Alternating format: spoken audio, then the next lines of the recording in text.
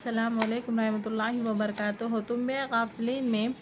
ایک حدیث میں لکھا ہے کہ نماز اللہ کی رضا کا سبب ہے، فرشتوں کی محبوب چیز ہے، انبیاء علیہ السلام کی سنت ہے، معرفت کا نور پیدا کرتی ہے، دعا قبول ہوتی ہے، رزق میں خیر و برکت ہوتی ہے، یہ ایمان کی جڑ ہے، بدن کی راحت ہے، دشمن کے لیے ہتھیار ہے، نمازی کے لیے سفارشی ہے، خبر میں چراغ ہے اور اس کی وحشت دل بہلانے والی ہے، منکر نکیر کے سوالات کا جواب ہے، قیامت کی دھوپ میں سایہ ہے، اندھیرے میں روشنی ہے، جہنم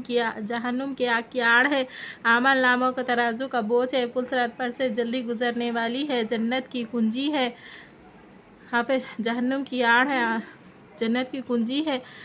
جو شخص نماز کا اہتمام کرتا ہے یہ سارے چیزیں اس کو نوازے دیا جاتا ہے۔ کیا ہم یہ سوچیں ہمارے نمازوں میں خشوع اور وہ چیزیں ہیں، اور اللہ تعالیٰ سے ہر نماز میں رو رو کر یہ دعا کریں کہ ہمیں خشوع اور خضوع سے نماز پڑھنے والا بنائے۔ آمین۔